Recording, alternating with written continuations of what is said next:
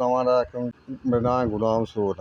ਮਜ਼ਦੂਰ ਬੰਦਾ ਫੇਰੀ ਲਾ ਕੇ ਟਾਈਮ ਕੱਢਣਾ ਪਿਆ ਜੀ। ਹੁਣ ਜਿਹੜੇ ਨੂੰ ਬਿਮਾਰ ਹੋਏ ਹਾਂ ਵਾਹਵਾ ਦਿਹਾੜਿਆਂ ਅਤੇ ਨਹੀਂ ਕੰਮ ਹੁੰਦਾ ਪਿਆ ਘਰੇ ਵੀ ਨਹੀਂ ਬੈਠਾ ਕਰਨਾ ਜੀ 5 ਸਾਲ ਹੋ ਗਏ ਜੀ। ਮੈਂ ਪਰੇਸ਼ਾਨੀ ਵਿੱਚ ਕੱਤਰੀ ਪੱਥਰੀ ਬਣ ਗਈ।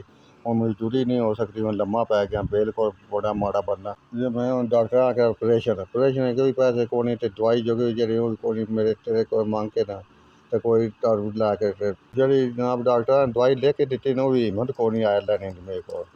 ਮਜ਼ਦੂਰਾ ਬਣਨਾ ਮਾੜਾ ਬਣਨਾ ਜੀ ਹਿੰਮਤ ਨਹੀਂ ਆਇਆ ਦਵਾਈ ਲੈਣੇ ਦੀ ਆਪਰੇਸ਼ਨ ਕਰਾਉਣੇ ਦੀ ਬੜਾ ਔਖਾ ਹੈ ਜੀ।